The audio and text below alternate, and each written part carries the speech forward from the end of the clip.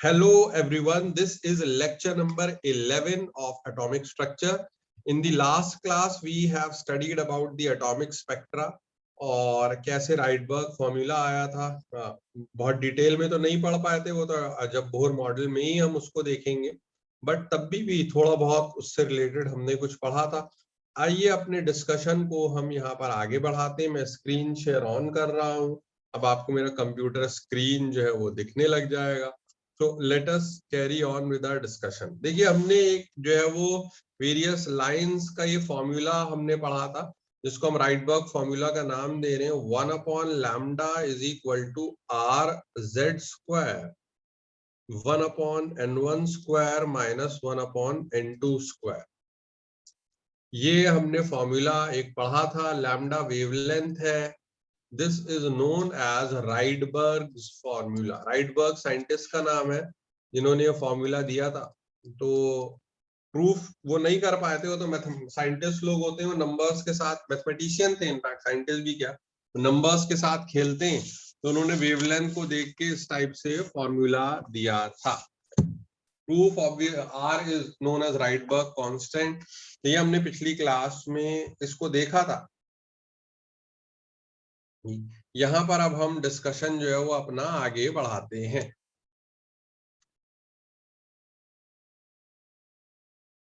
अब कुछ क्वेश्चन हमने अलग अलग सीरीज पढ़ी थी। ये देखिए, जस्ट इसके बारे में रिकैप कर लेंगे 5-7 मिनट। लिखना कुछ नहीं है बस। लाइमन सीरीज क्या है? It is the first series of spectral series of hydrogen. ठीक, लाइमन ने दी थी। तो N1 की वैल्यू 1 है, N2 2 3 4 कुछ भी हो सकता है। N1 ग्राउंड स्टेट कहलाती है, N2 जो है वो एक्साइटेड स्टेट कहलाती है। ठीक, अब बामर सीरीज क्या है? ये विजिबल रीजन में लाई करती है। Balmer series lies in the visible region. ठीक, बामर सीरीज के लिए N1 की वैल्यू 2 है, N2 कुछ भी उससे ऊपर वाले हो सकते हैं, N2 यानी उससे हायर वैल्यूज में हो सकते हैं N2। ठीक, और जब ऊपर से नीचे आएंगे तो n इज इक्वल टू 2 में तो वो बामर सीरीज कहलाती है। इसकी जो वेवलेंथ है वो विजिबल रीजन में लाई करती है। सिमिलरली ऐसी पैस्चन है, ब्रैकेट है, फंड है। फंड को ये पी साइलेंट रहता है, फंड प्रोनाउंस करते हैं इसको। लास्ट में ऐसे ही वो टाइम पास के लिए फिर हमफ्री भी बोल देते हैं। तो जैसा कि मैंने पहले भी आपको बताया था और फिर दोबारा से आपको बता रहा हूं, ये एनसीईआरटी वाला डायग्राम है जो कि उन्होंने दे रखा है। ठीक, कि लाइमेन जो है वो अल्ट्रा वायलेट रीजन में लाई करती है, बैमर विजिबल रीजन में लाई करती है, पैस्चिन, ब्रैकेट और फंड ये तीनों इंफ्रारेड रीजन में लाई करती है। तो इस चीज को आपको ध्यान में रखना है कि भाई लाइमेन कहाँ लाई कर रहा है, बैमर कहाँ लाई कर रहा है, पैस्चिन, ब्रैकेट, फंड। इनफैक्ट हमफ्री भी लिख लें, फॉर हमफ्री।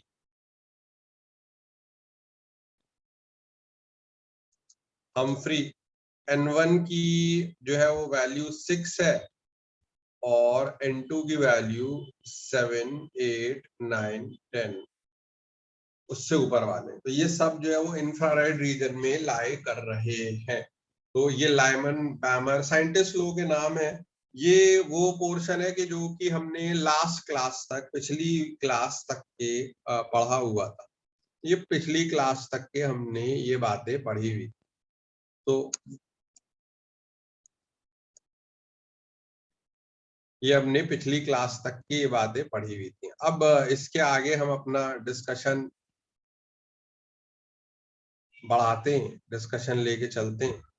तो भाई बताइए, तैयार है? Yes sir. चलिए, बहुत अच्छी बात है। अच्छा, जो सवाल आएंगे उसमें एक चीज आप और अपनी कॉपी में नोट डाउन कर लेंगे। ये क्वेश्चन पूछा जाएगा, बहुत से लोगों को इस वर्ड का मतलब ही नहीं पता होता है, तो उस वर्ड का मतलब पता होना चाहिए। जब भी वो आपसे ये वर्ड यूज करेंगे, सीरीज लिमिट, तो सीरीज लिमिट का मतलब होगा minimum wavelength and maximum wavelength. ये बताओ, यानी वो कहां से लेके कहां तक है, कहां से लेके कहां तक है वो आपसे ये पूछ रहे होंगे, कहां से लेके कहां तक है वो आपसे ये पूछ रहे होंगे। तो whenever they talk about series limit की जब बात करते हैं, तो सीरीज लिमिट का मतलब ये होगा कि मिनिमम से लेके मैक्सिमम, मिनिमम वेवलेंथ से लेके मैक्सिमम वेवलेंथ तक वो ये आपसे पूछ रहे होंगे। तो अगर वो जैसे आपसे मान लीजिए कि फॉर एग्जाम्पल, मैं एग्जाम्पल के लिए बोल रहा हूँ, मान लीजिए कि एग्जाम्पल के लिए वो आपसे बामर सीरीज की सीरीज लिमिट पूछेंगे, बामर सीरीज की सीरीज लिमिट पूछेंगे, तो वेवलेंथ मिनिमम यानी एनर्जी डिफरेंस मैक्सिमम, तो ये हो जाएगा कि भाई n इंफिनिटी से लेके जो है वो n इज इक्वल टू 2 तक आएगा, n1 ये होगा, n2 ये होगा, तो ये तो इस तरह करस्पॉन्ड कर लेगा इसके मिनिमम वेवलेंथ। और मैक्सिमम पूछ रहे होंगे तो मैक्सिमम वेवलेंथ में वेवलेंथ मैक्सिमम होगी, एनर्जी डिफरेंस मिनिमम होगा, तो 3 से लेके n1 की वैल्यू 2 तक आ जाएगा, तो ये मैक्सिमम हो जाएगी। वो तो हर किसी के लिए अलग अलग रहेगी, बट अगर इस शब्द का प्रयोग हो सीरीज लिमिट, तो please remember series limit means lambda min and lambda max, minimum wavelength और मैक्सिमम वेवलेंथ, ये बामर सीरीज आपके कहलाती है। Like this is what we call as Balmer series, ये है हमारी बामर सीरीज के लिए। तो ऐसी किसी के लिए और के लिए भी निकाल सकते हैं, किसी और के लिए भी निकाल सकते हैं, वो कोई जरूरी नहीं है, किसी के लिए भी निकाल सकते हैं।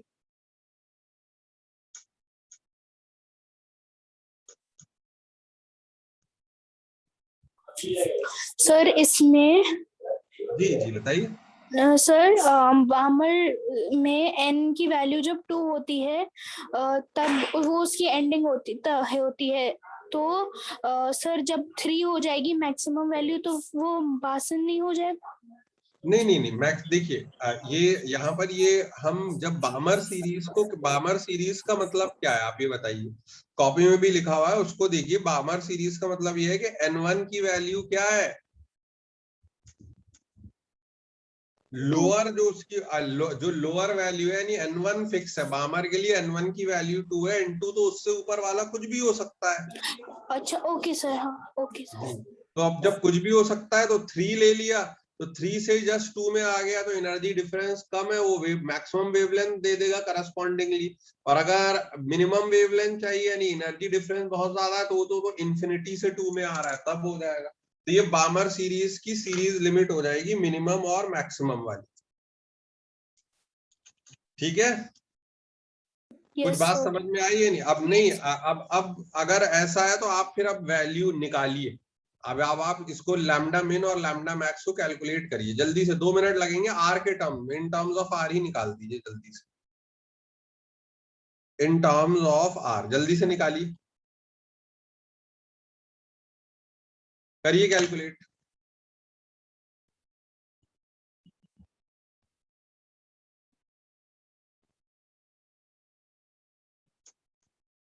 सभी लोगों के लिए।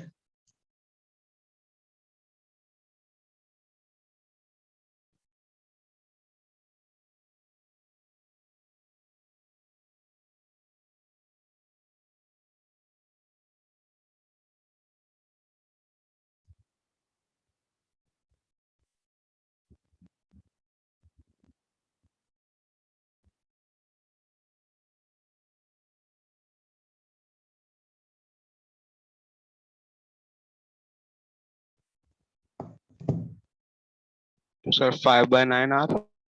चलिए देखते हैं। अभी जेबा आप भी बताइए, ये देखिए 1/लैम्डा क्या होता है, आर जेड स्क्वायर। सपोज करिए वो हाइड्रोजन एटम है, 1/n1 square minus 1/n2 square. ठीक, hydrogen atom, for hydrogen atom, hydrogen atom के लिए z की वैल्यू 1 हो गई। अब z की वैल्यू 1 हो गई तो 1/लैम्डा आर 1 का स्क्वायर, n1 तो 1 ही है, 2 का स्क्वायर माइनस। अब अगर मैं मान ली लैम्डा मैक्सिमम निकाल रहा हूं पहले, तो wavelength maximum, energy difference minimum, तो ये 3 का स्क्वायर हो जाएगा। तो कितना हो जाएगा, r 1/4 माइनस 1/9, तो फिर ये कितना हो गया, r 5/36, यानी मैक्सिमम वेवलेंथ कितनी हो गई, 36/5 आवर। 36/5 आर।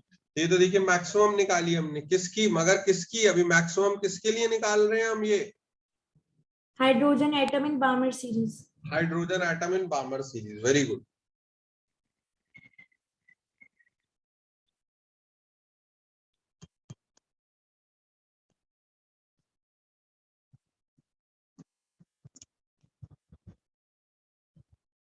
मिनिमम कितनी होगी? हाँ भाई बताइए जेबा। 2/r। Sir 4/r। Sir 4/r। 4/r। 4/r। बस r 1 square 1/2 square minus 1/∞ square यानी r 1/4। तो लैम्डा कितना हो गया? 4/r। 4/r। ये वाला लैम्डा क्या हो गया? मिनिमम। तो यानी वो जो आपसे जो सीरीज लिमिट पूछ रहे थे, तो आप कहेंगे कि अगर बामर में रहना है, अगर बामर में रहना है तो 4/r से लेके 36/5r इसके बीच में वेवलेंथ रहेगी, तो वो बामर में रहेगी। ठीक है,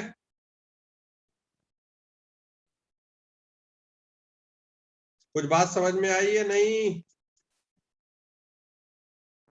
यस सर। चलिए Yes, sir. चलिए, बहुत अच्छी बात, बहुत अच्छी बात। इसी टाइप के क्वेश्चन रहेंगे। अब देखिए एक और बहुत इंपॉर्टेंट चीज है, एक और बहुत इंपॉर्टेंट चीज है जिसको हमको देखना है। वो क्या है? Total number of spectral lines. तो ये हेडिंग डाल लीजिए, total number of spectral lines.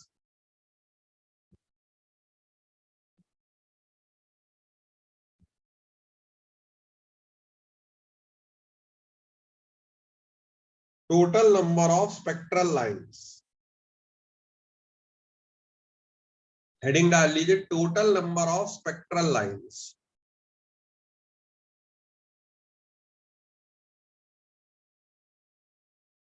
Heading डाल ली तो फिर बताइए, हेडिंग डाल ली? Yes sir. Yes, sir. चलिए अब देखिए ये बात क्या चल रही है, ये बात क्या चल रही है, जैसे ये समझिए। सपोज करिए कि हमारे पास में जो इलेक्ट्रॉन है वो यहाँ 4th एनर्जी लेवल पर है। जो हमारा इलेक्ट्रॉन है वो 4th एनर्जी लेवल पर है। ढेर सारे एटम्स है मेरे पास में, ऐसा नहीं कि एक ही एटम है, 4th एनर्जी लेवल पर है।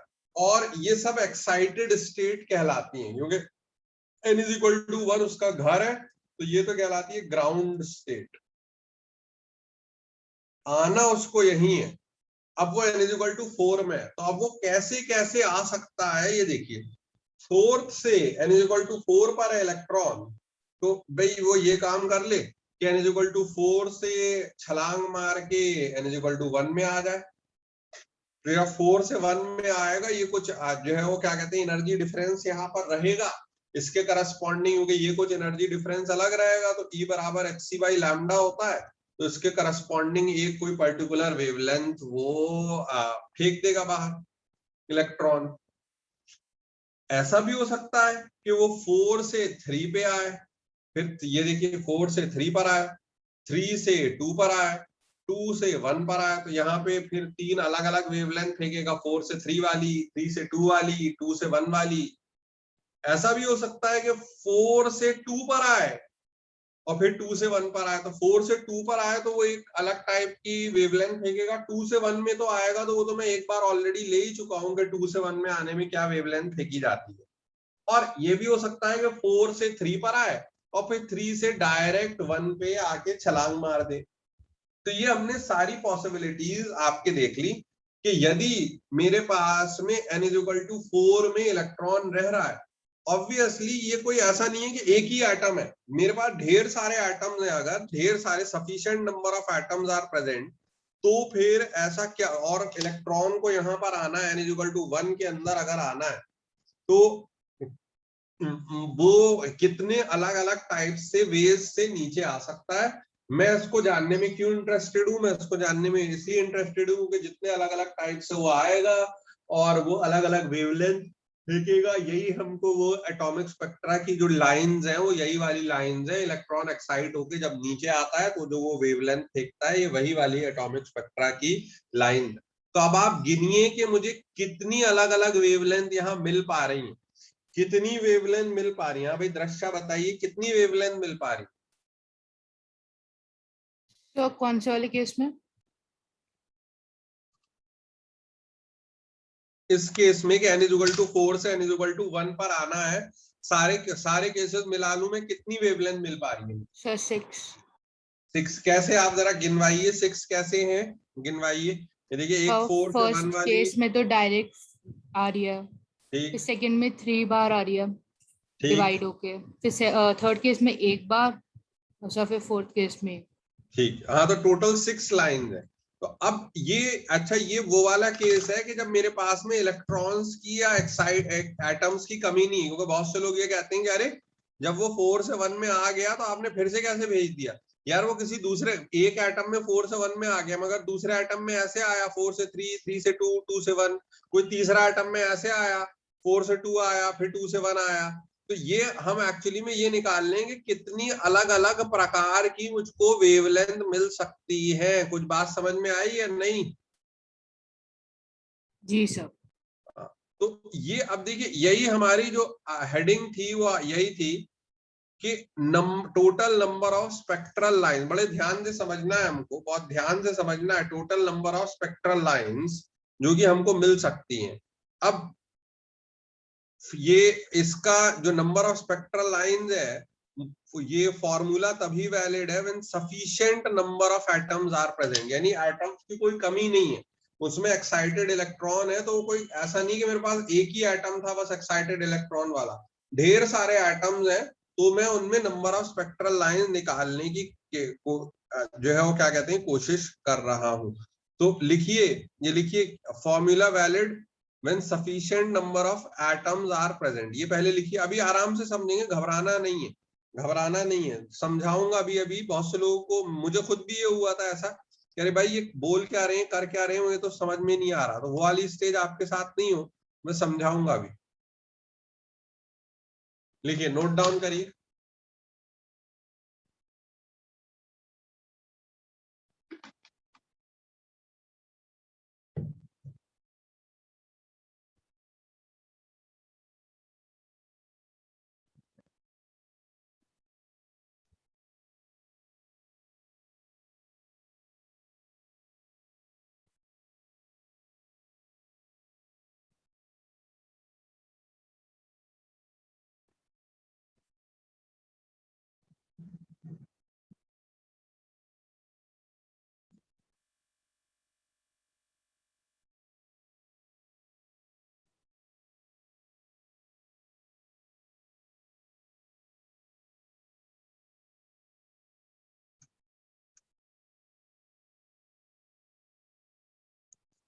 और लिखा, नोट डाउन किया? Yes sir. Yes sir. चलिए अब ये देखिए, इसका ये फॉर्मूला है n into n-1 divided by 2, maximum number of possible different wavelength.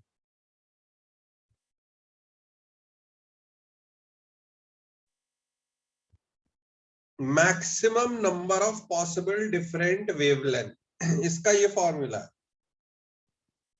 n into n-1 divided by 2, maximum number of possible different wavelength, n into n-1 divided by 2।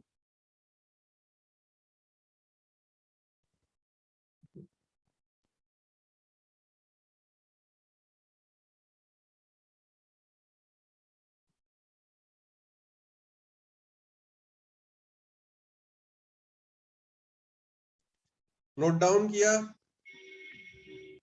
Yes sir. ठीक। What is n here? n क्या है?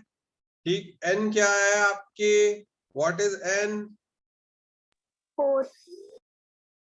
ठीक, नहीं, n क्या चीज है यहाँ पे? n Number of shells. हाँ, energy level in which electron is present। लिख लीजिए, एन लिखिए भाई, एन क्या है? Energy level in which electron is present. What is n? Energy level in which electron is present.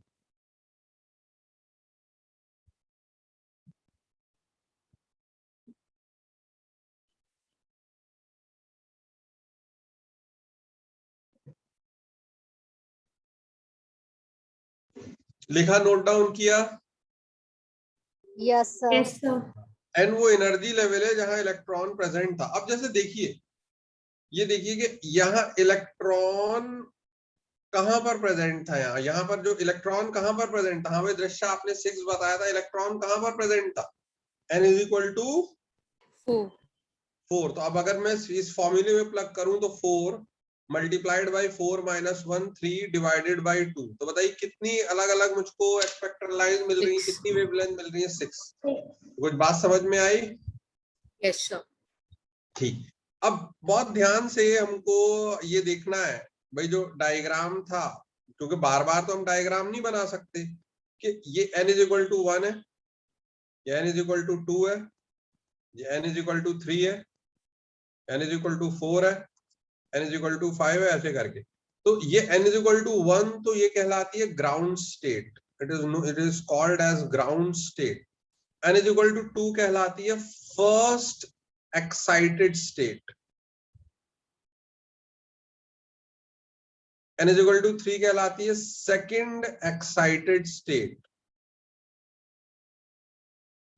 ऐसी ये 4, ये क्या कहलाती है? Third excited state.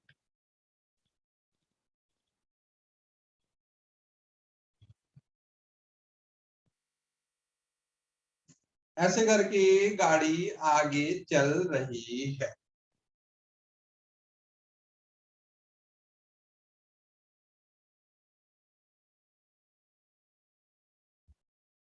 Fourth excited state.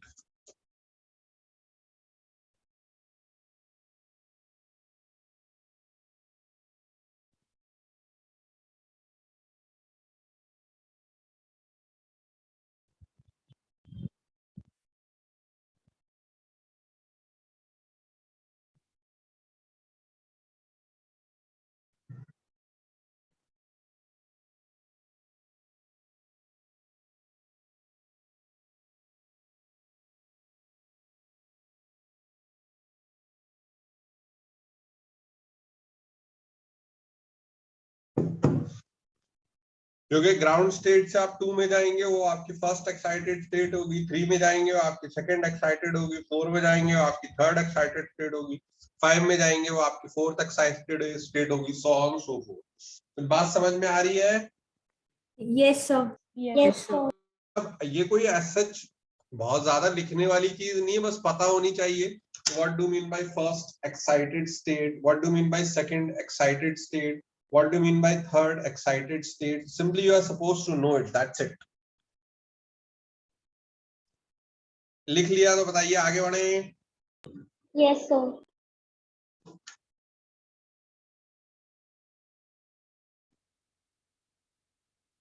हाँ.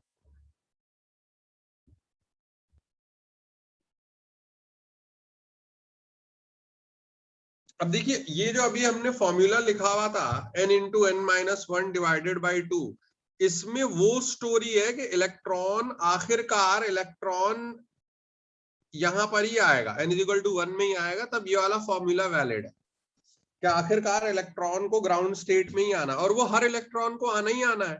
उसमें कोई टेंशन की बात नहीं है कि हर इलेक्ट्रॉन को आना ही आना है. बट अगर वो आपसे कुछ और चीजें पूछने लग जाए, वो क्या है? वो क्या है? ठीक, वो ये है कि देखिए,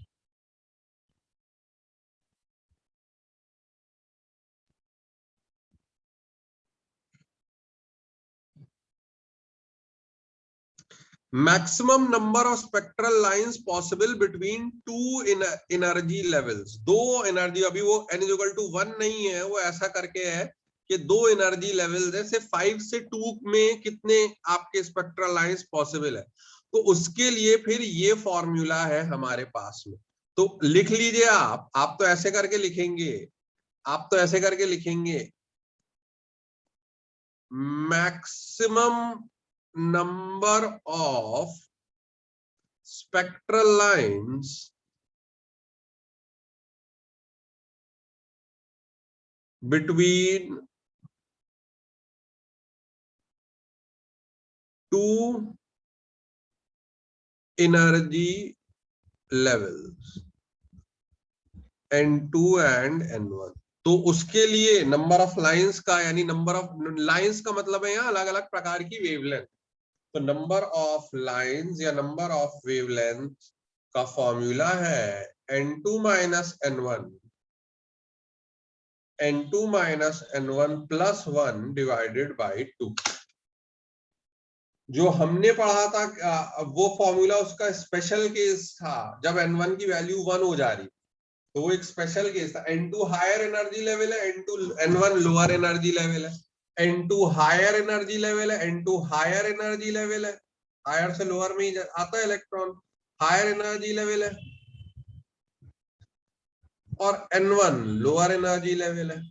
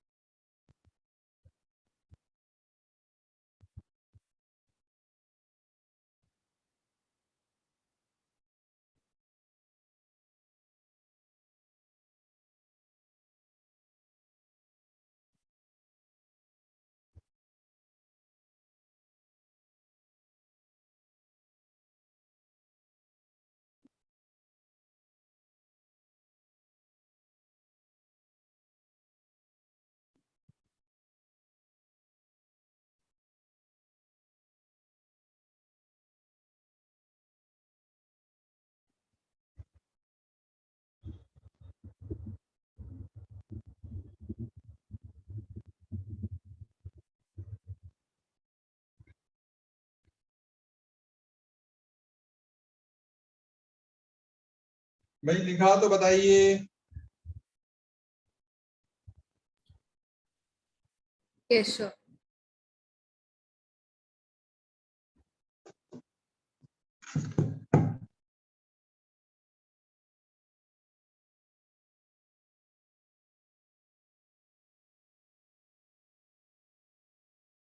नोट डाउन किया, बताइए।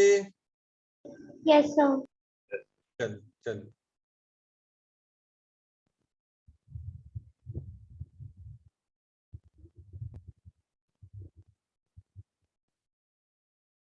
अब देखिए, जैसे फॉर एग्जांपल यही फॉर्मूला पुराने वाले फॉर्मूले में ट्रांसफॉर्म हो जा रहा है।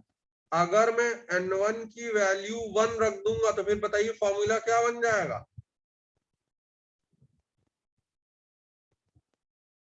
अगर मैं N1 की वैल्यू 1 रख दूंगा तो फॉर्मूला क्या बन जाएगा बताइए। N2 minus 1 into N2 upon 2. तो पहले भी तो हमने यही पढ़ा था, Yes, sir. n into n minus 1/2 n, बस वो अब इस बार उसको N2 कह रहे हैं, पहले हम उसको n जनरल n बोल रहे थे। तो N2 भी वही है और n भी वही है, हायर एनर्जी लेवल। तो यानी दो फॉर्मूले याद रखने की जरूरत नहीं है, सिर्फ आप एक फॉर्मूला भी याद रख लें यही वाला तो भी काम चलेगा। वो ये जो वो पहले पढ़ा था वो इसी का स्पेशल केस था कि कितनी आपको अलग अलग प्रकार की वेवलेंथ मिल सकती हैं, कितनी अलग अलग प्रकार की वेवलेंथ मिल सकती हैं। अगर how many different wavelength you can get, ये अगर जो है वो क्या कहते हैं कि एनर्जी लेवल ऐसा हो, मतलब हायर से लोअर में आ रहे।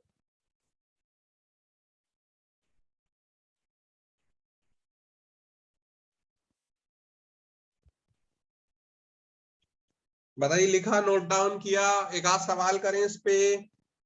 Yes, sir. Yes, sir. चलिए, अब बड़ा सिंपल सा क्वेश्चन है, सीधे सीधे फॉर्मूला बताइए भाई। ये देखिए क्वेश्चन नोट डाउन कर लीजिए।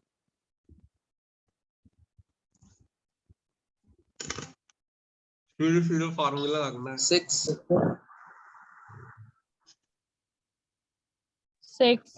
So 6. Sir, 6. चलिए चलिए चलिए देखते देखते देखते भाई n2 की वैल्यू 5 रख ली, तो 5 minus 2 5 minus 2 plus 1 divided by 2 यानी के 3 4 divided by 2 यानी कि 6. So the number of spectral lines, the answer is 6. Correct answer 6. ठीक, अब ये देखिए ये एक और बड़ा अच्छा क्वेश्चन है, मैंने मॉडिफाई कर दिया है सवाल को। ठीक, और यहाँ आपका कोई भी फॉर्मूला नहीं चलेगा, कॉमन सेंस चलेगा। यहाँ कोई फॉर्मूला चलने वाला नहीं है, कॉमन सेंस चलने वाला है। अन्वेषा क्वेश्चन पढ़िए। Calculate maximum number of spectral lines possible when electron is present in n equals to 4 third excited state. हाँ, थर्ड एक्साइटेड स्टेट में एक इलेक्ट्रॉन प्रेजेंट है और आपको ये बताना है कि भाई ज्यादा से ज्यादा कितनी वेवलेंथ, जब वो नीचे आएगा तो कितनी वेवलेंथ प्राप्त हो सकती है। मैम आगे क्वेश्चन कंप्लीट नहीं हुआ है, ब्लू कलर से एक आगे बड़ी इंपॉर्टेंट बात लिखी हुई है मैम, वो भी तो आपको पढ़नी है। Only a single atom is present. यानी एक ही बस एटम था, उसमें एक्साइटेड इलेक्ट्रॉन था। ये बहुत सारे एटम नहीं थे कि अच्छा एक बार ऐसा करवा लो, दूसरे एटम में एक बार ऐसा करवा लो, तीसरे एटम में एक बार ऐसा करवा लो। इस बार ये नहीं है, इस बार एक ही एटम है। तो बताइए भाई क्या आंसर होगा? 1 Sir 3. चलिए क्वेश्चन नोट डाउन करिए, पहले क्वेश्चन नोट डाउन करिए। बड़े अच्छी अच्छी बातें चल रही हैं, कंपटीशन लेवल की बातें चल रही हैं। क्वेश्चन नोट डाउन करिए।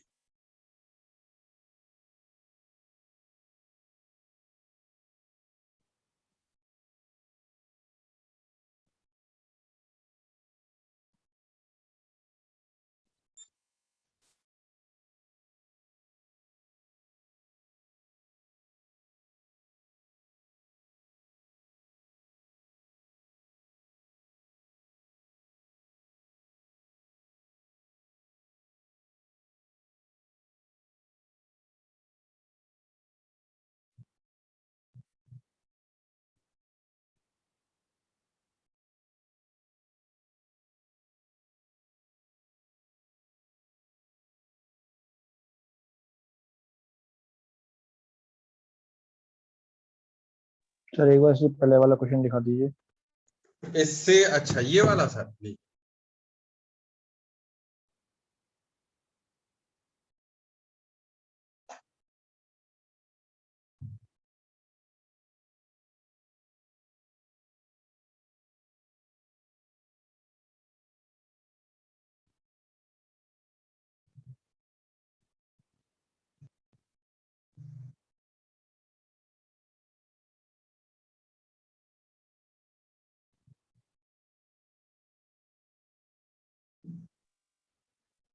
Okay sir. सर जी जी जी बताइए। सर जो एटम होता है वो अपनी एक्साइटेड स्टेट से किसी दूसरे डायरेक्ट वन पे आया, सर वो नेचर पे डिपेंड करेगा कि एटम किस टाइप का, किस एलिमेंट का है वो एटम। नहीं नहीं सर, वो एक रैंडमाइज्ड इवेंट है, वो रैंडम। बहुत अच्छा क्वेश्चन पूछा है, वो सर रैंडम है। मतलब किसी कोई हमारे पास में किसी एटम में तो ऐसा होगा कि 4 से कूद के 1 में आ जाए, किसी में जो है वो क्या कहते हैं ऐसा होगा कि 4 से 2 में आए, 2 से 1 में आए। आना 1 पर ही है, बट हर में अलग अलग होगा। We can not predict that actually. तो सर एटम सेम एलिमेंट का भी हो सकता है और डिफरेंट एलिमेंट का भी हो सकता है? नहीं भाई, यहाँ तो कोई पर्टिकुलर टाइप के सारे एटम एक ही एलिमेंट के ही हैं जहां जिनकी हम बात कर रहे हैं।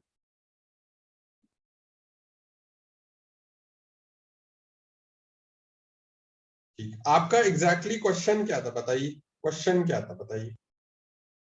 सर अगर हम डिफरेंट एलिमेंट के लेंगे एटम तो वो भी तो रैंडमली करेंगे ना ये सब।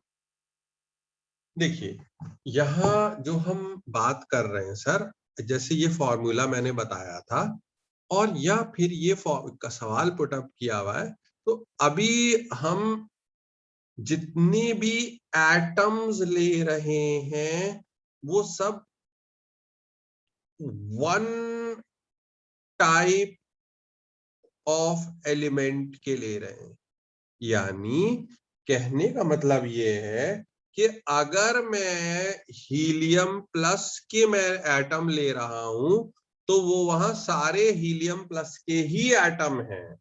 अगर मैं लिथियम +2 के एटम ले रहा हूं तो वहां सारे लिथियम +2 के ही एटम हैं। मैं ये कहना चाह रहा हूं, ले तो सकते ही हैं, दूसरों के भी ले सकते हैं, बट यहां पर अभी हम एक ही टाइप की गैस, एक ही टाइप के एलिमेंट ले रहे हैं, कंसिडर कर रहे हैं, एक ही टाइप के। ले तो सकते हैं दूसरे वाले भी, उसमें कोई प्रॉब्लम नहीं है, बट यहाँ अभी एक ही टाइप के ले रहे हैं।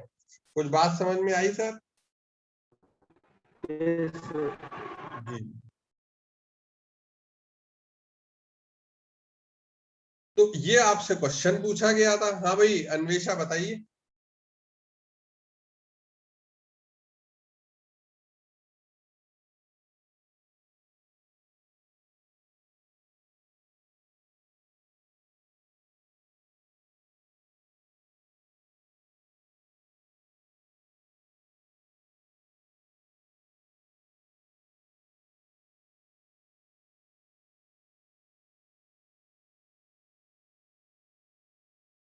हाँ भाई कोई सर कैलकुलेशन? 6 ही होगा शायद। 6 होगा? कैसे मैम, कैसे कैसे 6 कैसे बताइए? बहुत अच्छा इन्होंने भाई दृश्य ने आंसर बताया है 6। दृश्य आप ही ने किया आंसर? जी सर। हाँ दृश्य 6 कैसे होगा बताइए?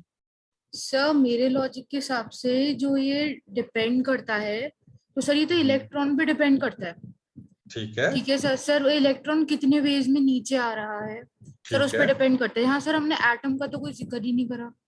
ठीक मैम। बट आप देखिए कि जब हम we are talking about single electron species, और जब हमारे पास में एक ही एटम प्रेजेंट है, तो अब मेरे पास में यानी एक ही तीर है चलाने को। मेरे पास एक इलेक्ट्रॉन है जिसमें n=4, एक एटम है जिसमें n=4 पे प्रेजेंट है।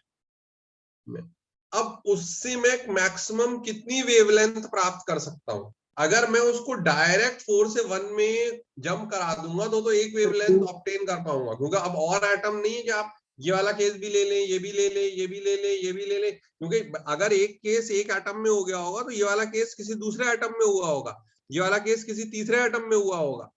ठीक है, तो इस बार हमारे पास में वो लिबर्टी नहीं है। सर 3। ठीक, 3 कैसे भाई? सर 3 3। कैसे बताइए? सर मैक्सिमम वो 3 बार, जब 4 से 3, 3 से 2, 2 से 1 तक ही आ सकता है हाँ मिनिमम स्टेप्स में।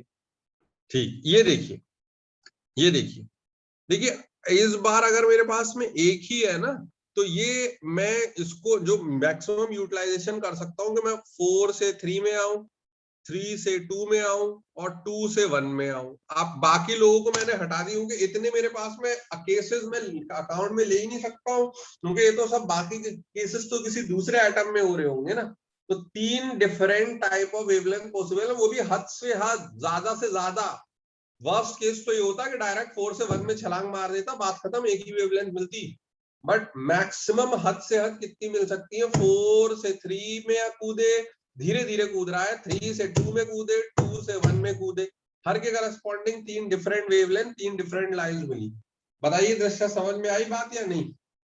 यस सर, आ गई। क्या समझ में आई मुझे भी बता दीजिए। सर इसमें हम जैसे सिंगल एटम है तो जिससे मैक्सिमम वेवलेंथ आ सकती है वो केस कंसिडर करेंगे। अच्छा, हाँ बिल्कुल बिल्कुल।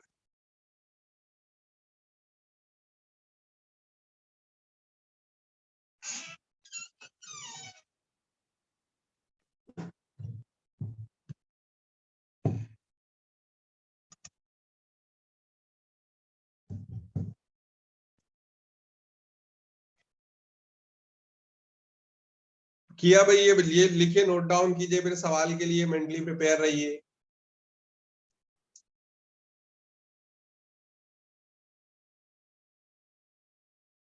लिखा, नोट डाउन किया? Yes sir. Yes sir. चलिए।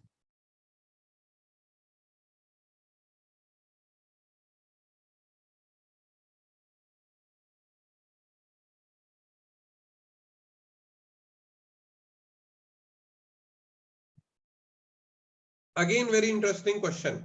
अभी देखते हैं क्वेश्चन समझ में आया है नहीं। पिछला वाला नोट डाउन कर लिया था, सब लोगों ने कर लिया था note down?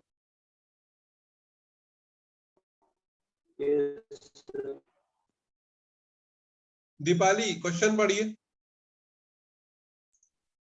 Calculate the maximum number of spectral lines possible between energy levels n is equal to 5 to n is equal to 2. Only a single atom is present. Question लिखिए और आंसर बताइए फिर से।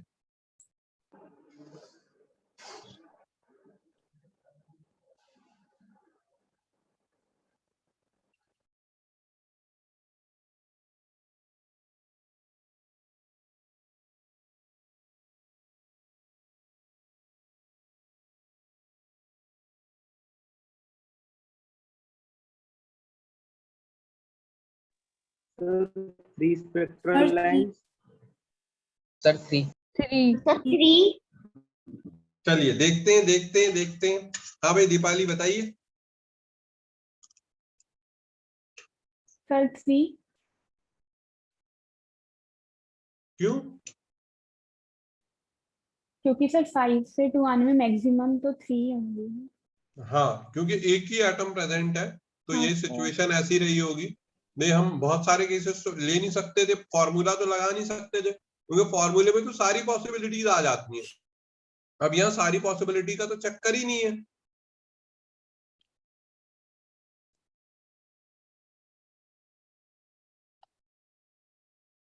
ज्यादा से ज्यादा लाइन आपको 5 से 2 में लेकर आनी है, तो वो यही हो सकता है यार, 5 से 4 में आओ, 4 से 3 में आओ, 3 से 2 में आओ।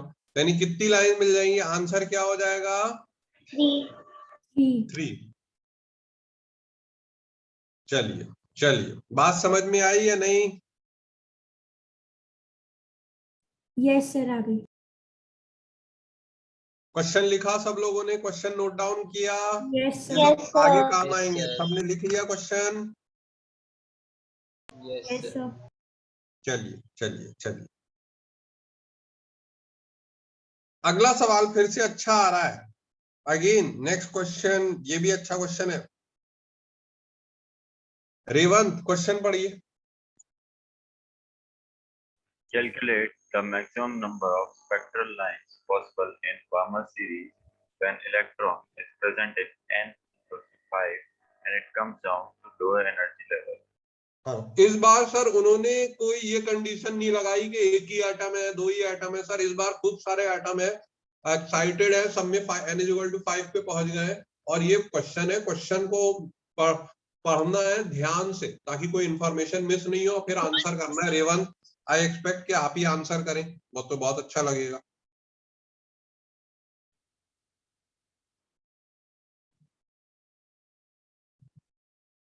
सर 6। चलिए देखते हैं। देखते हैं। हाँ भाई रेवंत बताइए।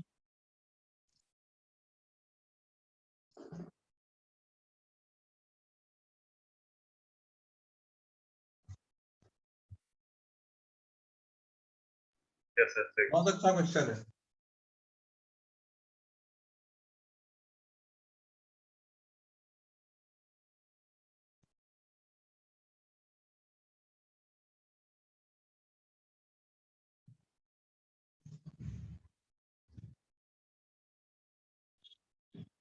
बताइए रेवंत। Sir, 6. रेवंत 6 कैसे है बताइए? सर क्यों 2 तक वैल्यू जाएगी? हाँ, थोड़ा जोर से बोलिए please. Sir because Balmer series है तो n2 तक वैल्यू जाएगी, n5 and n2.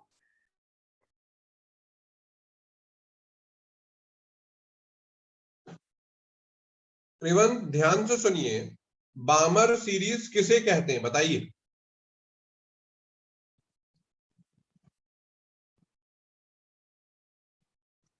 रेवंत मेरी आवाज आ रही है? यस सर आ रही। रेवंत बामर सीरीज किसे कहते हैं बताइए? सर जिस सीरीज में n2 तक वैल्यू आती है हाईएस्ट। अब मैं आपसे ये पूछना चाहूंगा कि सर आपने, बहुत सारे बच्चों ने खटाक से आंसर दे दिया 6, बिना सोचे समझे 6 आंसर दे दिया। उन्होंने फॉर्मूला लगाया कि वो बामर, वाओ बामर, n1 की वैल्यू 2 है। और अच्छा n इज इक्वल टू 5 में था तो फॉर्मूला लगाते हैं n2 minus n1, n2 minus n1 plus 1 divided by 2। Sir ने फॉर्मूला पढ़ाया है 5 minus 2, 5 minus 2 plus 1 divided by 2। Sir ने फॉर्मूला पढ़ाया है 3 इंटू 4 डिवाइडेड बाई 2 6। ये आंसर बता दिया, आपने ही बता दिया। Yes, sir. ठीक, अब रेवंत ये बताइए कि इसमें सारे केसेस आ गए। सर इसमें ये वाला केस भी आया है कि इलेक्ट्रॉन 5 से कूद के Sir, 4 yes, में आया हो। अब आप मुझे बताइए कि क्या ये बामर ट्रांजिशन होगा? no, sir, no. तो फिर बामर का मतलब ये है कि ठीक है 2 पर आना है, मगर हर वैसा ट्रांजिशन के जो कि कूद के कहां पर आए भाई साहब? 2 पर आए। तो 5 से कूद के मैं 4 पे आ गया, ये बामर होगा? No, sir, no. तो फिर अब सवाल समझ में आया है या नहीं? Yes, sir. तो बताइए फिर अब क्या आंसर होगा? सर 3। तो बामर में आना 2 पर ही है, तब 5 से 2 पर आए तो एक ट्रांजिशन है, 4 से 2 पर आए तो एक ट्रांजिशन है, 3 से 2 पर आए तो एक ट्रांजिशन है। क्योंकि बामर में निकालना है, हर ट्रांजिशन बामर का ही होना चाहिए। कुछ बात समझ में आई या नहीं? Yes sir. Yes sir. इस बार सिंगल एटम स्पीशीज नहीं थी, इस बार ऐसा नहीं था। इस बार ऐसा नहीं था कि एक ही एटम है, इस बार ऐसा नहीं था कि एक ही एटम है। हर्ष प्रताप सिंह आपने लिख के भेजा है, इस बार ऐसा नहीं है कि एक ही एटम है। बट हम मजबूर हैं कि ढेर सारे एटम भी हैं, मगर हमें केवल बामर की ट्रांजिशन लेने। बामर का मतलब ये होता है कि इलेक्ट्रॉन आए n इज इक्वल टू 2 में, तो 5 से 4 का ट्रांजिशन तो जरूर हो रहा है, मगर हम उसे बामर थोड़ी मानेंगे। का 5 से 2 में कूद के आ जाए तो मान लेंगे। किसी दूसरे एटम में, क्योंकि इसमें तो कूद गया 5 से 2, किसी दूसरे एटम में 5 से 4 पे आया होगा उसे तो नहीं माना, मगर 4 से डायरेक्ट कूद के 2 में आ गया उसे मान लेंगे। किसी एक और एटम में 3 से कूद के 2 पर आ गया उसे मान लेंगे। तो ऐसे कितने ट्रांजिशन होंगे जिनको हम बामर मान पाएंगे? बताइए रेवंत, कितनों को बामर मान पाएंगे? Formula not applicable. कितनों को मान पाएंगे बामर? The 3 को. तो आंसर क्या हो जाएगा? 3. बात समझ में आई है नहीं? Yes, sir, आ गई. इसीलिए कहा पहले ही आपको सर रिक्वेस्ट करी थी कि क्वेश्चन पढ़िए ध्यान से। कोई इसका बिल्कुल भी अर्थ n is equal to 5 and n is equal to 2 नहीं है कि बीच वाले सारे ट्रांजिशन। इसका मतलब है बामर के ही चाहिए, यानी 2 पर ही उतरे, 2 पर ही उतरे। नोट डाउन कीजिए।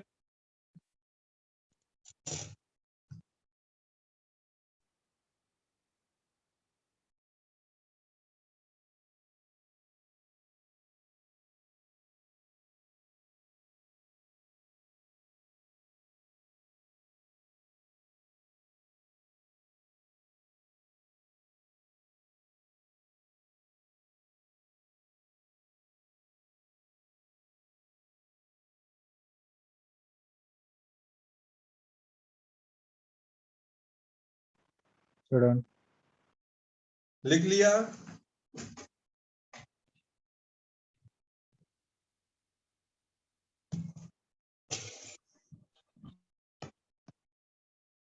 Yes, sir.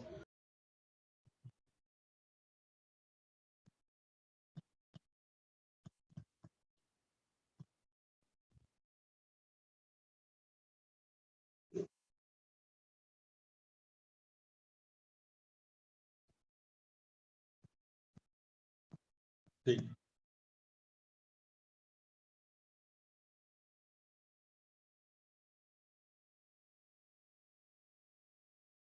अभी देखिए ये एक क्वेश्चन है।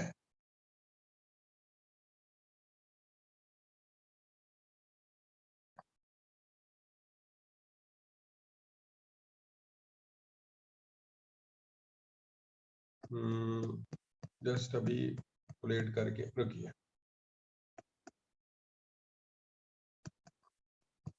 एनसीईआरटी वाले देख रहे हैं क्वेश्चन, थोड़े से मिल जाए।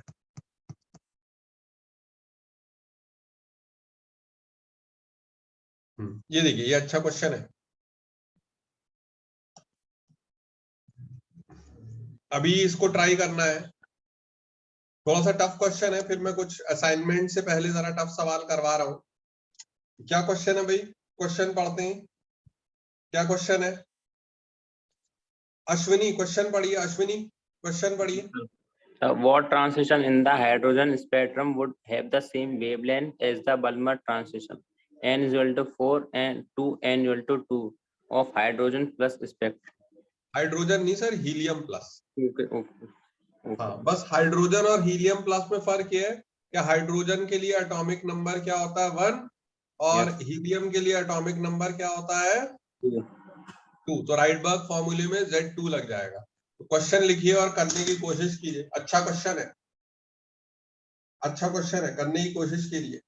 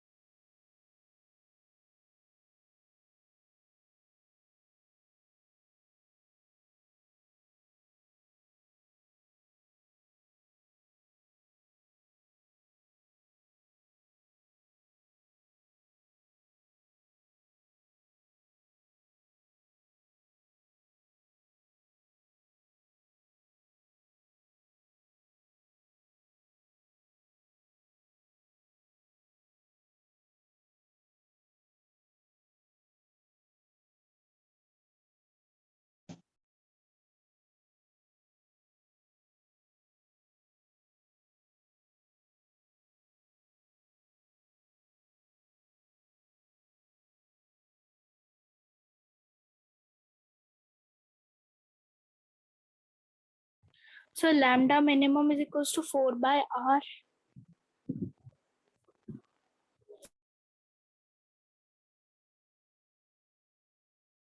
देखिए, पूछा है कि कौन सा ट्रांजिशन हाइड्रोजन स्पेक्ट्रम में वही वेवलेंथ लेकर आएगा जो कि बामर ट्रांजिशन लेकर आया था हीलियम प्लस में।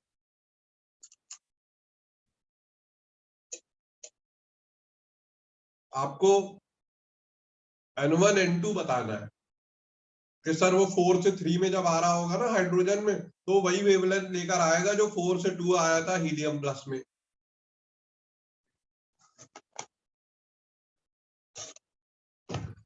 सर हाइड्रोजन स्पेक्ट्रम का भी बामर सीरीज से रिलेटेड बताना है?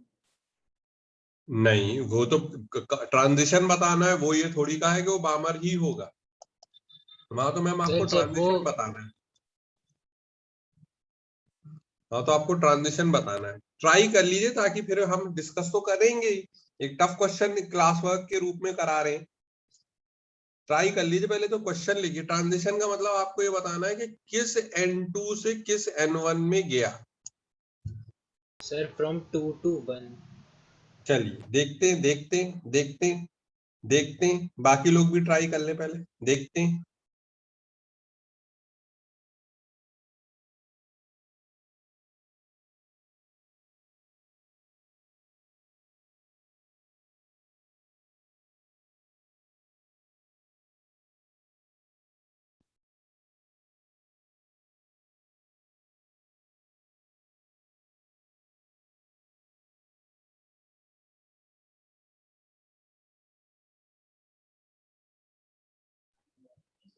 Sir, N1 1 और N2 2. चलिए चलिए देखते हैं। N1 1 and N2. चलिए देखते हैं, देखते हैं।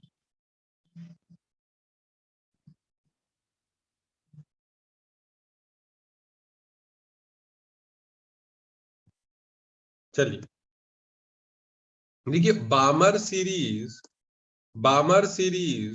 4 से 2 में आ रही है, ये तो सवाल में ही दिया हुआ है। बट ये कहा हुआ है कि हीलियम प्लस के लिए, तो अगर मैं राइडबर्ग फॉर्मूला लगाऊं 1 lambda is equal to RZ square 1/n1 square minus 1/n2 square, तो n1 हो जाएगा 2 का स्क्वायर, n2 हो जाएगा 4, मगर ZB क्या हो जाएगा, हीलियम के लिए एटॉमिक नंबर हुआ करता था ना, तो देखिए ZB क्या हो जाएगा, होशियार, ZB क्या हो जाएगा 2 का स्क्वायर। अब जब यहां से जब आप कैलकुलेट करेंगे, यहां से जब आप कैलकुलेट करेंगे तो ये चीज फिर ये आएगी निकल के,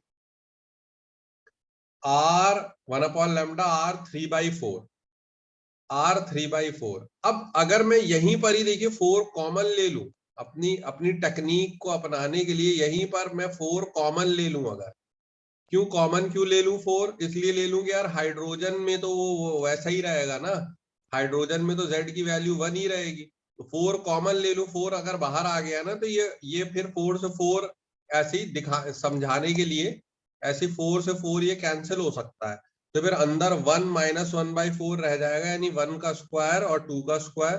तो हाइड्रोजन में यही 3/4 लाने के लिए, to get the same wavelength for hydrogen atom, hydrogen atom के लिए सेम वेवलेंथ लाने के लिए जो है वो, क्योंकि Z की वैल्यू 1 हो जाएगी तो आपको 2 से 1 में ट्रांजिट करना पड़ेगा, तो वो मिलेगी। तो ये तो वैल्यू देख के आपको एक्सपीरियंस से पहचानना था, अच्छा यार यहाँ 3/4 आया है तो 3/4 तो ऐसे आया करता है 1 माइनस 1/4, और 1 माइनस 1/4 का मतलब है 1/1 का स्क्वायर माइनस 1/2 का स्क्वायर। ये तो यार तभी हो सकता है जब 2 से ट्रांजिशन होके किधर आए, 1 पर आए, तो एक्सपीरियंस से फिर हमको पता चलेगा कि ऐसा हुआ है, एक्सपीरियंस से पता चलेगा तो ऐसा हुआ है। बताइए समझ में आया या नहीं? Yes, sir. तो 4 इज इक्वल टू 2 में आ रहा है, बामर सीरीज में will have the same wavelength as 2 से 1 में आ रहा है for hydrogen atom, hydrogen atom का 2 से 1 में आ रहा है वो सेम वेवलेंथ रखेगा 4 से 2 में जो आ रहा है, मगर हीलियम प्लस के लिए और जो बामर सीरीज 4 से 2 में आ रही है, it will going to have the same wavelength for Lyman series 2 से 1 में आ रहा है हाइड्रोजन एटम के लिए। कुछ बात समझ में आई? नोट डाउन Yes, करिए, sir. नोट डाउन, कुछ लोगों ने आंसर भी बताया था, बहुत बढ़िया, बाकी जिन्होंने नहीं कर पाए थे कोई बात नहीं, नोट डाउन करिए।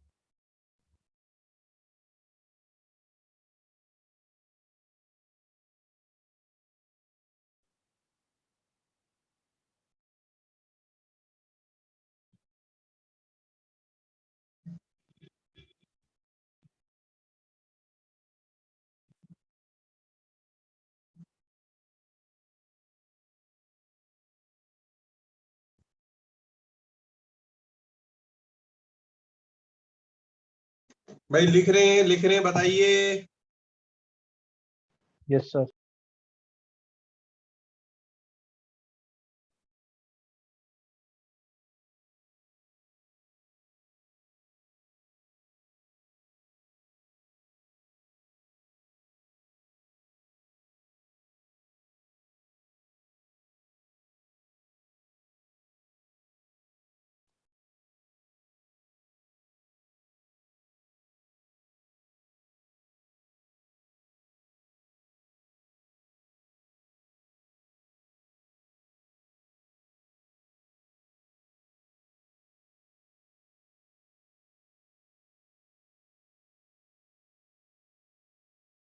जैसे ही नोट डाउन कर ले बताइएगा।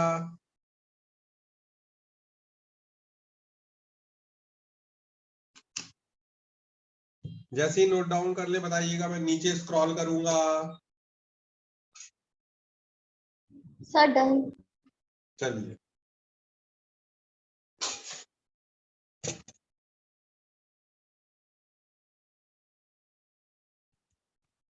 to get the same wavelength for hydrogen atom जहां Z की वैल्यू 1 रहती है,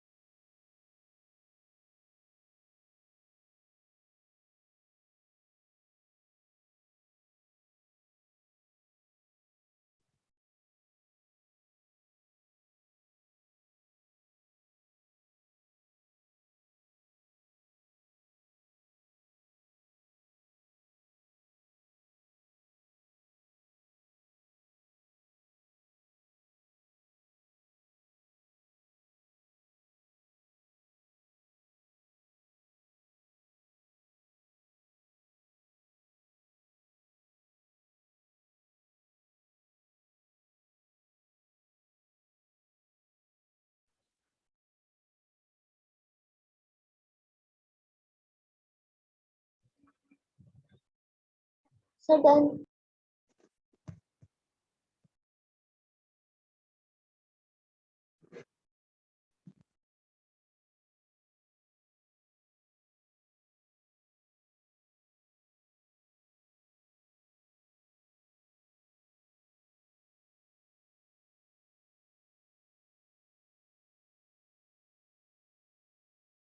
जैसे ही कंप्लीट लिख लें बताइए।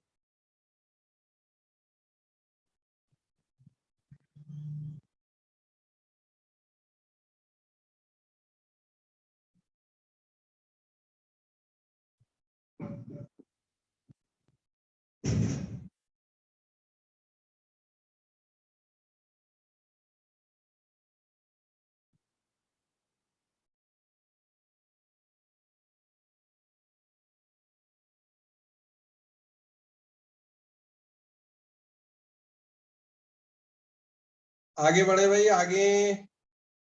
Yes sir.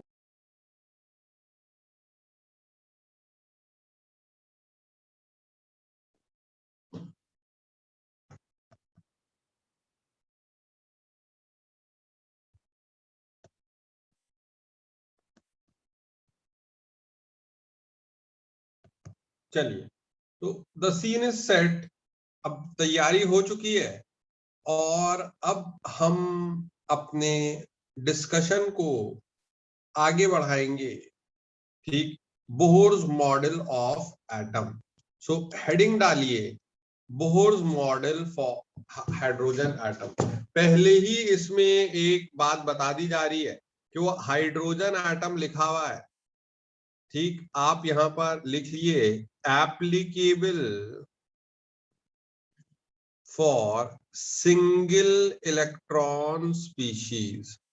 Single electron species यानी ये बोहर मॉडल उनके लिए एप्लीकेबल है कि जहां पर एक इलेक्ट्रॉन है। Single electron species, single electron species का मतलब क्या? Hydrogen, helium plus, lithium +2, beryllium +3, इस टाइप से सिंगल इलेक्ट्रॉन जहां एक ही इलेक्ट्रॉन, प्रोटॉन एक से ज्यादा है न्यूक्लियस में मगर इलेक्ट्रॉन एक ही हो।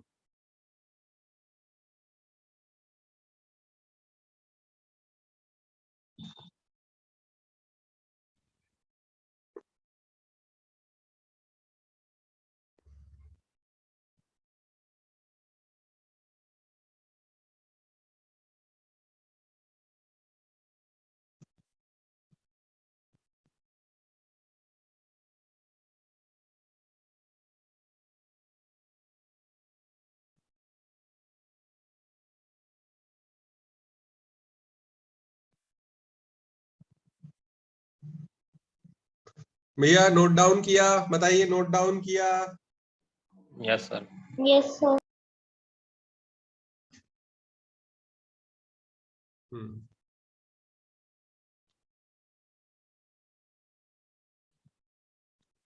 Obviously it is based on Planck's quantum theory of radiation. ये सब important points हैं जो कि हमको लिखने भी होंगे, ये सब वो पॉइंट्स हैं जो कि हमको लिखने भी होंगे। तो आप सबसे पहले तो ये लिख लेना है, यहाँ पर कंसेप्ट डे 1 से ही क्लियर करते हुए चल रहे हैं। It is applicable for single electron species जैसे कि hydrogen, helium plus, lithium plus 2, beryllium +3, इनके लिए ही एप्लीकेबल था। अब it is based on Planck's quantum theory of radiation, यानी वही E बराबर hν का इसमें यूज तो हो ही रहा होगा, और क्वांटाइजेशन वाला चीज है, यानी कोई पर्टिकुलर वैल्यूज ही हैं। तो अब इसके जरा पॉइंट्स आ रहे हैं, और वो पॉइंट्स हमको पहले पढ़ने रहेंगे और फिर लिखेंगे भी, फिर उसी पे जो है वो हम अपना काम आगे बढ़ाएंगे। ठीक, तो चलिए भाई स्टार्ट करते हैं। वैष्णवी फर्स्ट पॉइंट पढ़िए। Atom consists of small, heavy, positively charged nucleus in the center surrounded by electron. The electron in an atom revolves around nucleus only in certain selected circular path called orbit. These orbits are associated with definite energies and therefore called as energy shell or energy level. They are numbered as 1, 2, 3, 4 and so on from nucleus to K, L, M, N. मतलब उनको जैसे ये ऐसा रहता है ना, तो ये जैसे ये फर्स्ट शेल है, इसको हम n=1 बोल रहे हैं, सेकंड है इसको n=2 बोल रहे हैं, थर्ड है इसको n=3 बोल रहे हैं, फोर्थ है इसको n=4 बोल रहे हैं, फिफ्थ है इसको n=5 बोल रहे हैं। तो क्योंकि जर्मन साइंटिस्ट थे तो वह जर्मन में ऐसे करके स्टार्ट हो रहा होता है, तो उन्होंने पहले शेल को नाम दे दिया K का, दूसरे को नाम दे दिया L का, तीसरे को नाम दे दिया M का, चौथे को नाम दे दिया N का, पांचवे को नाम दे दिया O का, ऐसे K L M N O। First वाले शेल ये छोटा सा है, K L M N O। ये इन्होंने पहली बात कही है कि यार वो K फर्स्ट शेल है, L सेकंड शेल है, M थर्ड शेल है, फोर्थ N कैपिटल N जो है वो फोर्थ शेल है। तो न्यूक्लियस होता है, इलेक्ट्रॉन उसके चक्कर काट रहे होते हैं और वो अलग अलग ऑर्बिट्स में रहते हैं, शेल्स में रहते हैं। ये इन्होंने पहली बात कही, ये इन्होंने पहली बात कही। अच्छा साहब, अभी तक तो कोई नई बात नहीं कही, अभी तक की तो कोई नई बात नहीं कही। पॉइंट नंबर 2 पढ़िए Vaishnavi. The energy of electron in an orbit does not change with time. As long as electron remains in a particular orbit, it does not lose or gain energy. That is, energy of electron in a particular energy shell remains constant. Therefore, these orbits are called stationary orbits, stationary state. This accounts for stability of atom. This postulate ignores the demand of EM theory. क्योंकि electromagnetic theory के according तो electron एक charge particle है, और जब वो accelerate करेगा तो वो एनर्जी एमिट करेगा in the form of electromagnetic radiation. तो ये कह रहे हैं कि नहीं वो एनर्जी एमिट नहीं करेगा। अब हमें तो ये बात कुछ ठीक नहीं लग रही यार, क्योंकि इसी वजह से तो हमने रदरफोर्ड को रिजेक्ट किया था, तो यहाँ तुम बोल रहे हो कि नहीं नहीं करेगा। तो ये ऐसे साइंस तो ऐसे नहीं चलती, आपके कहने सुनने से तो नहीं चलती, मगर तब भी इन्होंने ये बात कही है। अगला पॉइंट पढ़िए, थर्ड पॉइंट पढ़िए। These permitted orbits are restricted by quantum condition that angular momentum of electron in circular path about nucleus must be an integral multiple of h/2 pi. ठीक, तो अब यहीं से देखिए हमको काम स्टार्ट करना है, यहीं से काम स्टार्ट करना है। तो पहले तो आपके बोर मॉडल के ये जो 2 पॉइंट्स हैं इनको पढ़िए। इन मतलब पढ़ तो दिया ही है इन्होंने, वैष्णवी ने, इनको लिखिए, फिर धीरे धीरे लिखेंगे और समझेंगे। तो पहले तो थ्योरी कवर होगी, फिर न्यूमेरिकल एस्पेक्ट पर आएंगे। ये इस चैप्टर में काफी इंपॉर्टेंट हिस्सा है, बोर मॉडल इस चैप्टर में काफी इंपॉर्टेंट हिस्सा है। तो पहले पॉइंट नंबर 1, पॉइंट नंबर 2 इनको नोट डाउन करिए।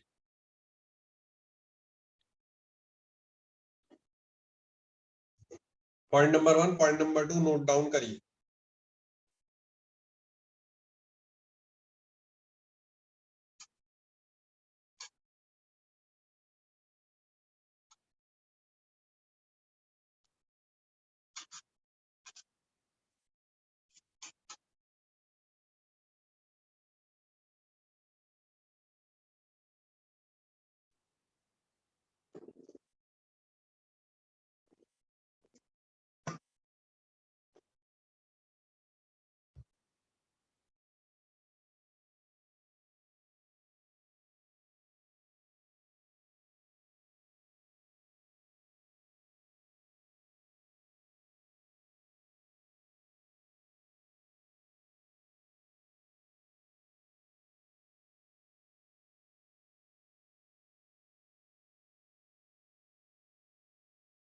पॉइंट नंबर 1, पॉइंट नंबर 2 इसको ही नोट डाउन करना है, बाकी का भी टेंशन नहीं लेना है।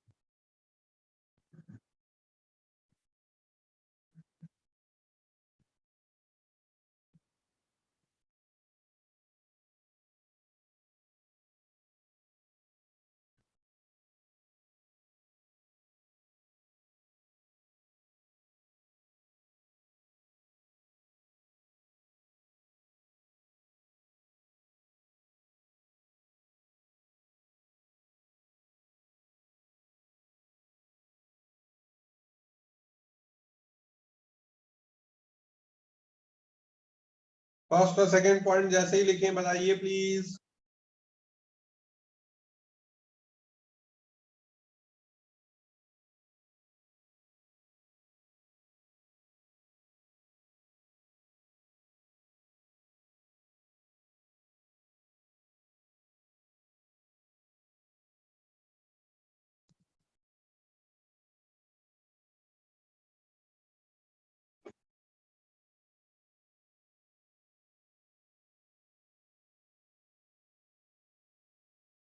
मैं लिख रहे हैं बताइए।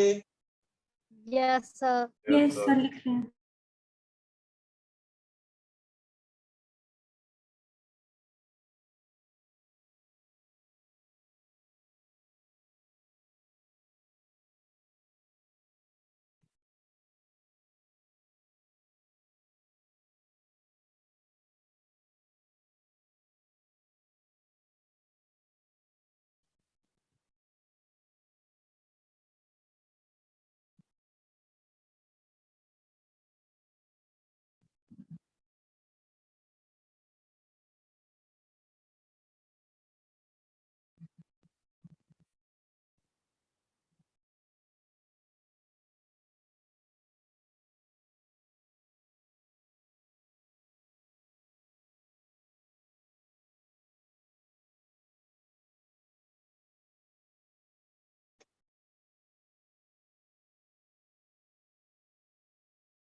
आगे बढ़े।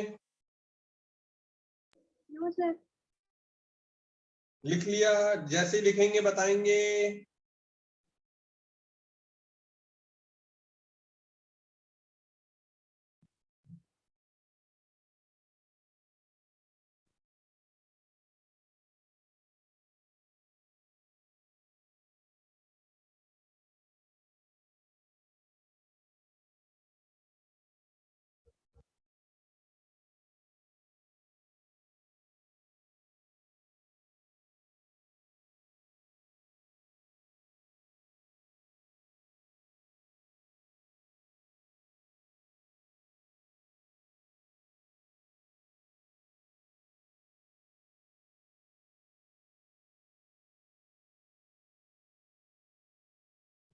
Done sir. Yes, sir. Done. चलिए, फर्स्ट और सेकंड पॉइंट लिख लिए ना, 2 point, point number 1, point number 2।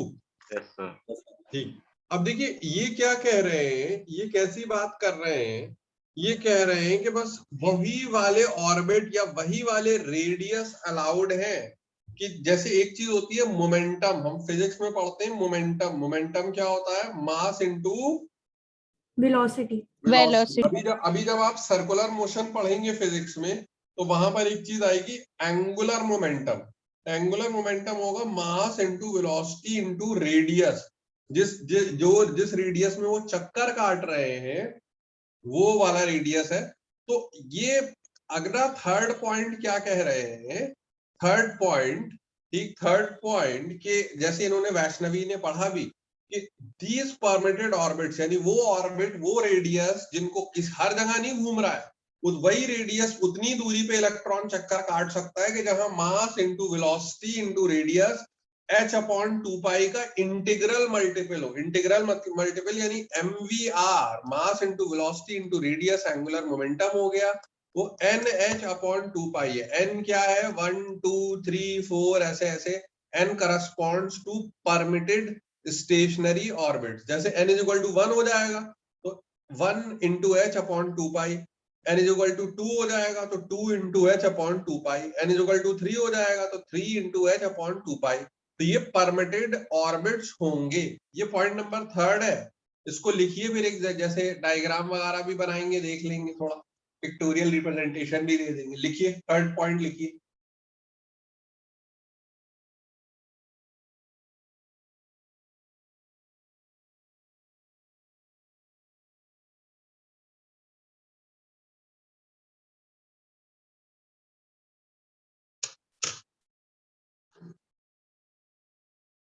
बड़े ध्यान से 3rd पॉइंट लिखिए।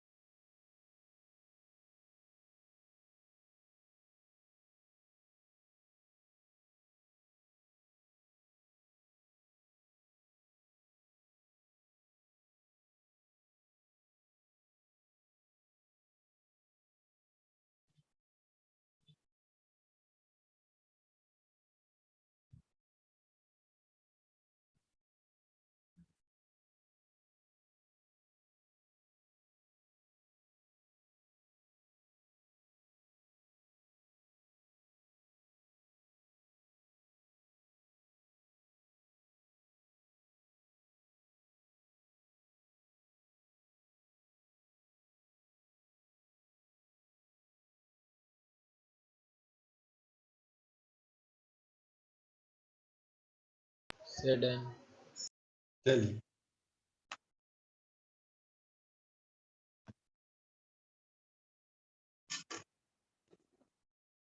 ये पूरा लिख लिया है। n corresponds to permitted stationary orbits, ये लिख लिया है पूरा।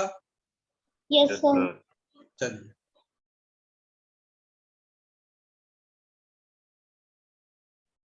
वैष्णवी 4th पॉइंट पढ़िए। The energy is emitted or absorbed only when electron jumps from one energy level to another. When electron absorbs the supplied energy, it jumps to higher energy level. This higher energy level is called excited state. When electron comes back to ground state, it will emit energy. ये भी note down कीजिए। अभी तो खैर writing work ही चल रहा है, समझने वाला काम तो ऑलमोस्ट अगली क्लास में स्टार्ट होगा। इसे भी नोट डाउन करिए, इसे भी नोट डाउन करिए।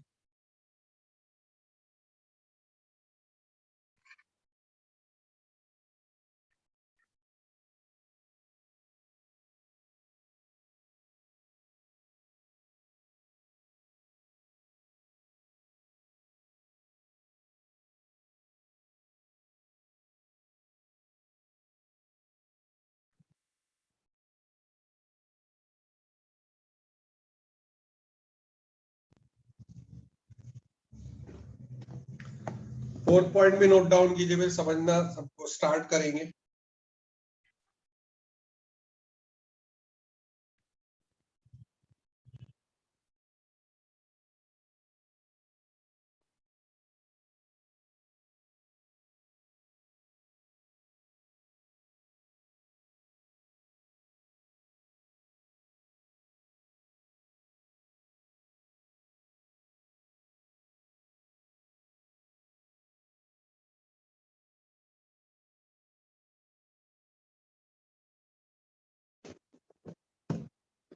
जैसे ही लिख लें बताइएगा।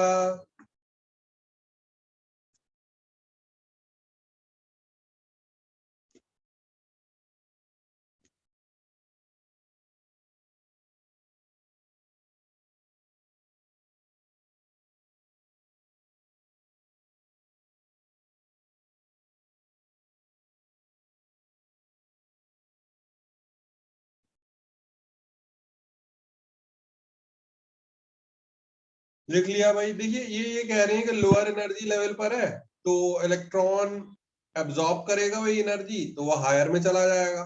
फिर हायर एनर्जी लेवल से तो एब्जॉर्ब करता है तो हायर में जाता है, हायर से जब नीचे आता है तो फिर से एनर्जी एमिट कर देता है।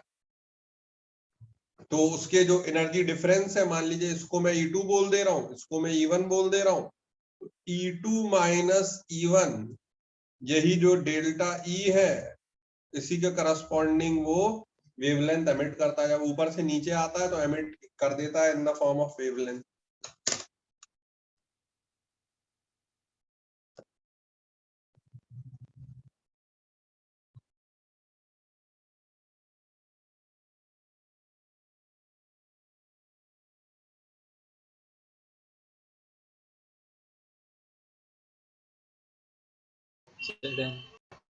लिख लिया भाई? लिखा लिखा लिख Yes, लिया? sir. चलिए अब ऑब्वियसली ये तो अभी हम हर बार जब जैसे फोटो इलेक्ट्रिक इफेक्ट भी पढ़ते हैं तो भी पहले जरा बेस बनाते हैं। यहाँ पर तो अभी कुछ समझ में तो आया नहीं है, सिर्फ अभी उसके पॉइंट्स ही लिखे हैं और तो कुछ किया नहीं है। अभी तो सिर्फ पॉइंट लिखे हैं उसके, और कुछ काम नहीं किया है। सो जस्ट एक फंडामेंटल अंडरस्टैंडिंग थी वो तैयार करी थी। अब यहाँ के बाद से हम आगे बढ़ेंगे और हो क्या रहा है, जरा जो डेरिवेशन फॉर्मूले डिराइव करेंगे सब बोहर मॉडल के ही रहेंगे और फिर अपना डिस्कशन अगली क्लास में हम आगे बढ़ाएंगे। So we will continue our discussion in the next class. Okay then, thank you. Sir test के कुछ क्वेश्चंस पूछने थे। अच्छा, टेस्ट के कुछ क्वेश्चन पूछने थे, एक सेकंड चलिए।